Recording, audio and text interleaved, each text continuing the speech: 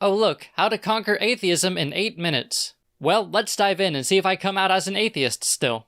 Now the Quran asks a very simple question. In chapter number 52, verse number 35 of the Quran, it says, "Were they created from nothing, or were they themselves the creators of themselves?" Which is, of course, a false dichotomy. Humans came from Darwinian evolution, which started with chemical abiogenesis, which was a spontaneous process. Now if you speak to an educated atheist, they will not deny the fact that the universe had a beginning, because this is pretty much scientifically proven. However, when you start speaking to them about what happened before the universe, well, nobody really knows. The beginning of the universe is highly speculative in nature and probably won't be anything else.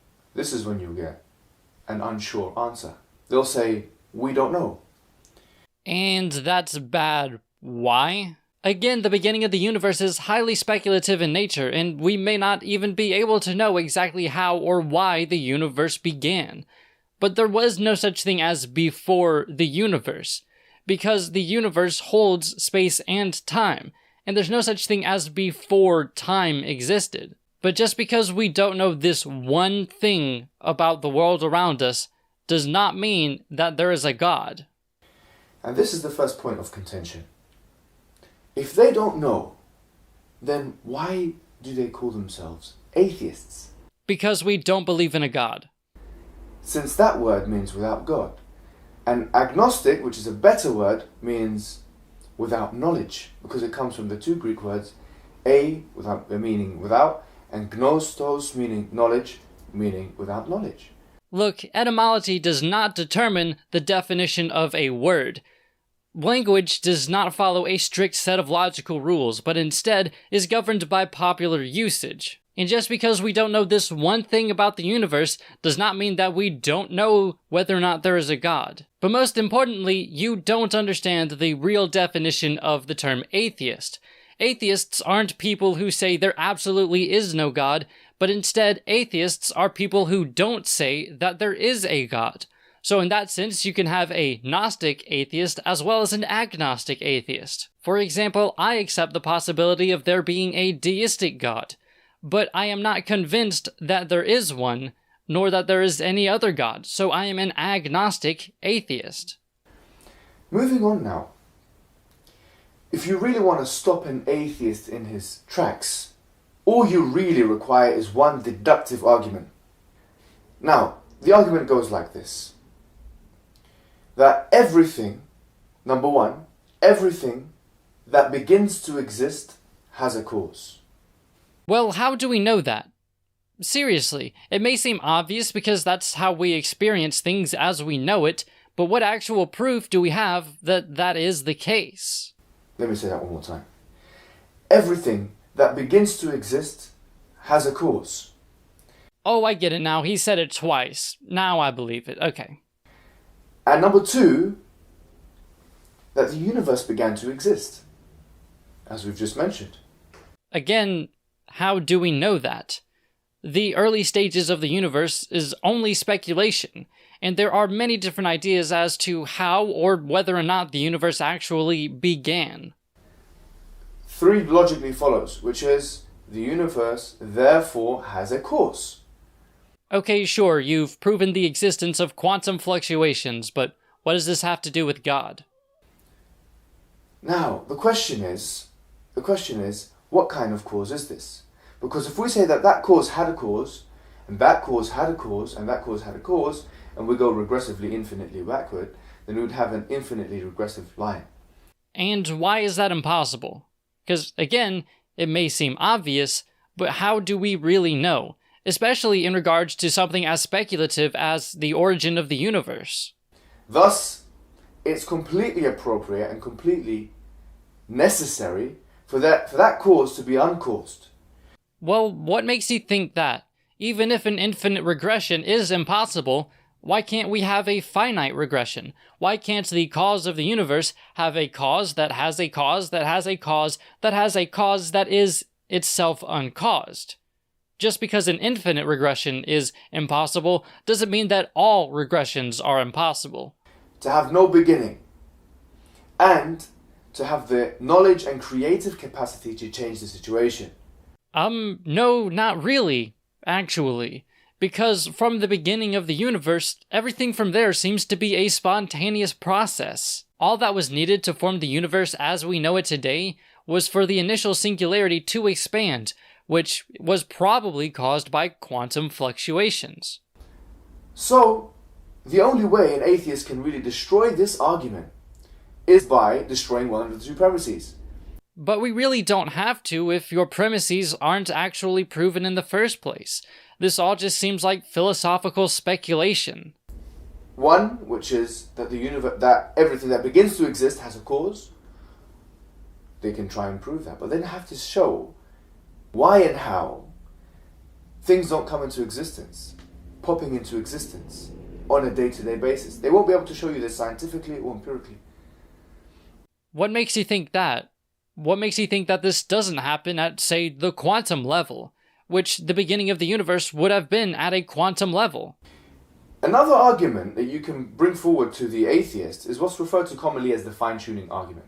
That the universe is so fine-tuned that it would allow life to exist. Well, what makes you think that the universe is fine-tuned? What makes you think that if the universe was different in some way, that it would then be impossible for different forms of life to form? So you don't have to believe in God to recognize this reality. Now there are three actual options, as you can choose one of them, to how this universe became so finely tuned. Why are there only three? How do we know for sure that there isn't any other options? Option number one is that it evolved somehow. Well, yeah, it did evolve.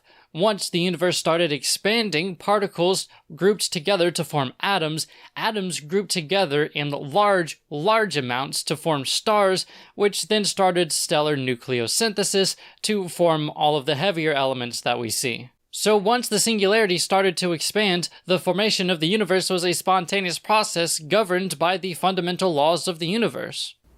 Well, this option is not available in physics, and there's no actual evidence of that at all.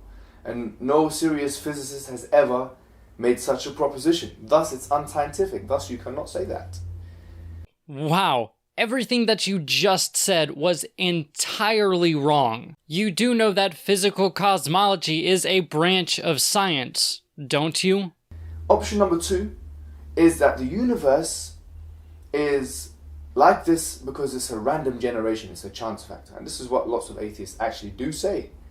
Well, no, not really. It's what a lot of creationists say that atheists say. Now, this really depends on what perspective you're looking at, but if you're thinking of the probability of life forming on any particular planet, sure, it's extremely low.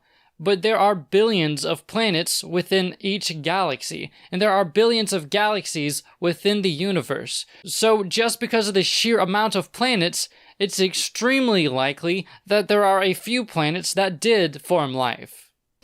Now, having said that, if you look at Roger Penrose, he's a physicist in Oxford University, he was talking about the entropy levels in the beginning of the universe.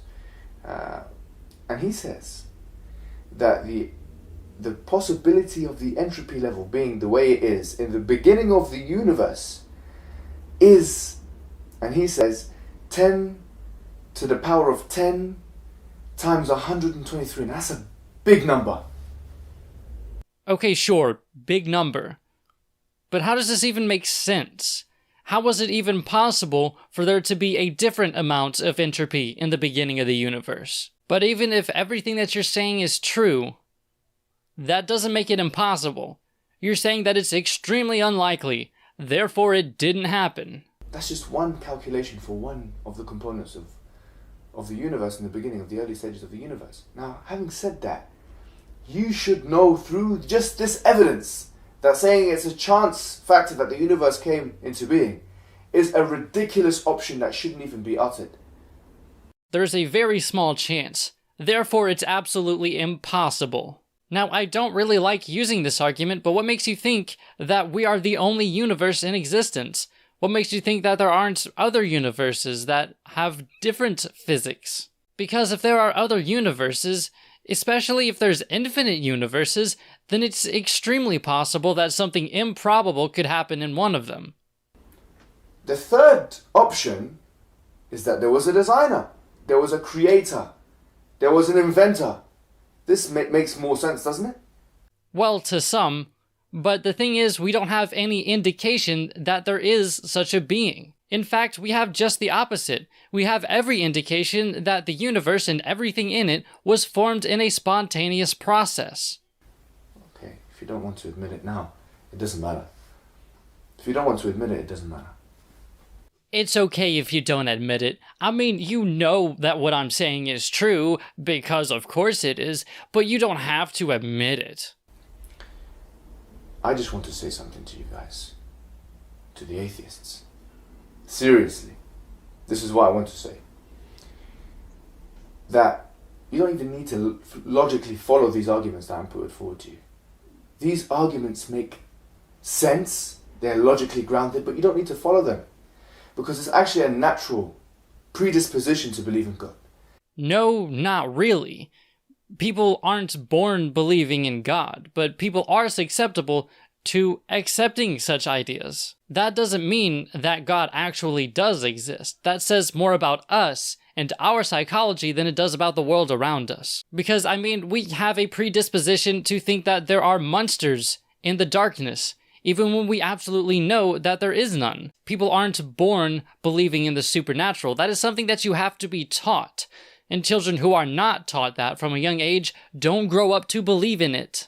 So to believe in God, you don't have to actually follow any logic whatsoever. You don't have to be a smart person. Isn't that the truth? It should be a natural thing. Even if it is natural, that doesn't make it true. So I say this. I say it's time now. It's time to stop fooling ourselves. Silly atheists, stop fooling yourselves. You know you believe what I believe. Do you not see how patronizing you are? It's time. What did you say? No, I'll say it one more time. I said it's time. It's time to release yourself from the suppressive shackles of atheism that are stopping you from realizing your true potential.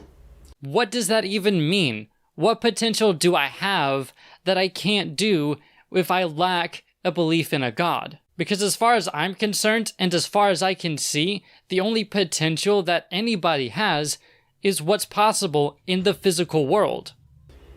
Once you've completely taken those shackles away from yourself and liberated yourself from atheism and released your predisposed self, that's the true self, your true self. Once you've done that, then and only then will you realize both peace and purpose in life.